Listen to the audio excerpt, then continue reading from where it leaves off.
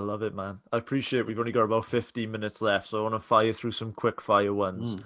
One particular one which I enjoyed recently, which I know is close to you, is the Co-op, the lovely Mm. supermarket, making a sort of slight at the spectator. What did we learn about there? Well, that was fun. I love, well, I love as in hate, woke corporations. We've seen quite a lot of it recently. We've seen Sainsbury's uh, um, uh, advertising that racists shouldn't come to our stores. We are a diverse store. As if, the KKK were forever gathering in the cereals aisle of the local Sainsbury's, sort of big risk of bumping into them. These totally fake and really and divisive games being played by woke corporations.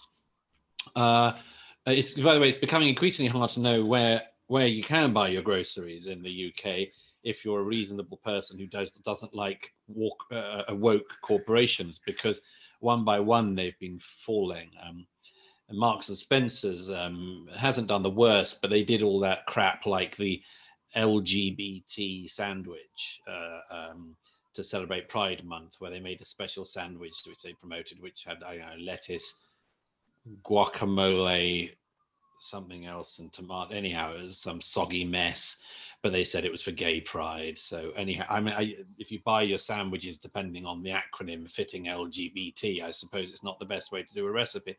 But anyway, Marks and Spencers has done that, Sainsbury's has done that, many of the banks have done that. But the Co-op, which hasn't been terrifically governed in recent years, you might have noticed, not least when it turned out the head of their board was a crazy old crystal meth addict. And we had great fun he was a Methodist minister as well. I think we ran the headline, The Spectator, on the front page about him with the Crystal Methodist. I was quite pleased with that one. But he was ahead of the Co-op bang, and the whole thing was terribly badly run. And now they've come out as sort of woke Co-op, because of course that's what everyone wants when they're buying their pork pies and milk of a morning. The Co-op recently got into a fight with The Spectator because somebody who ran the social media account of the Co-op responded to a single complainant who said, "How dare I was so disappointed to see that you've advertised in The Spectator this week, because The Spectator runs anti-trans material."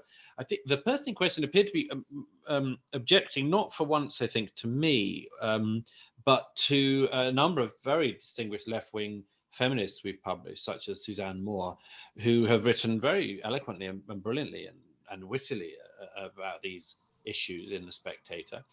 Because of course we publish people from across the political spectrum, as long as they can write well and brilliantly, we have a whole range of voices.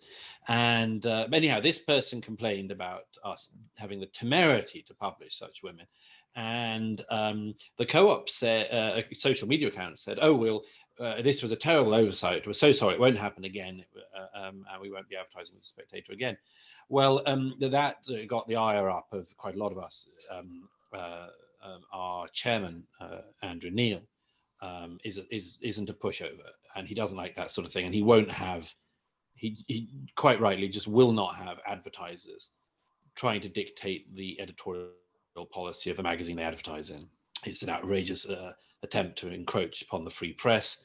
And he said, "Well, actually, it doesn't matter because you're banned from advertising with us. We don't want the Co-op adverts."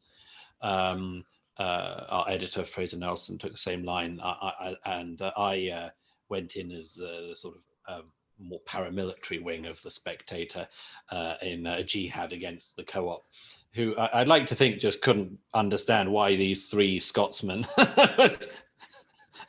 had been woken from their lairs.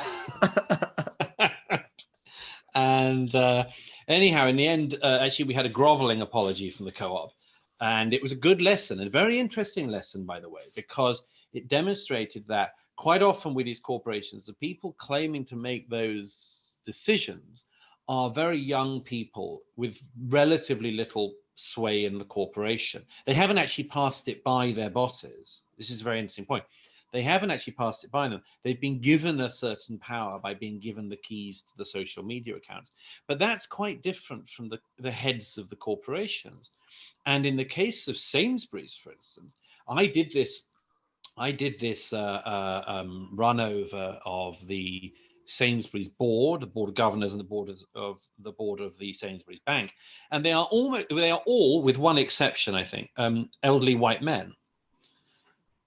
And I said, I think on Twitter, I said, this is what happens. This is you should know now that you think when you're playing these games, oi, KKK, keep out of Sainsbury's. You think that we think, oh, what a wonderful anti-racist organization we are. We don't. We think you've got something to hide.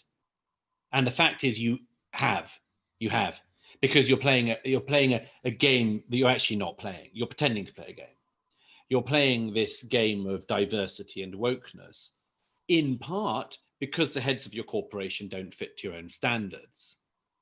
Because actually, most of your bosses are men, most of them are white. So if you want to play that game, you're going to lose.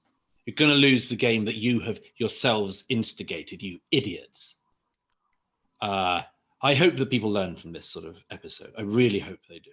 Because I don't want that. I don't want to spend any of my life going through the boards of supermarkets, counting up how many men there are, or counting up how many people of color there are. I don't want to spend my time doing it. I don't think very many other people do. I think it's an unpleasant thing to have to do.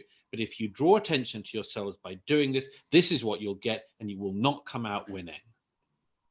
That's the lesson I hope that people take away from it.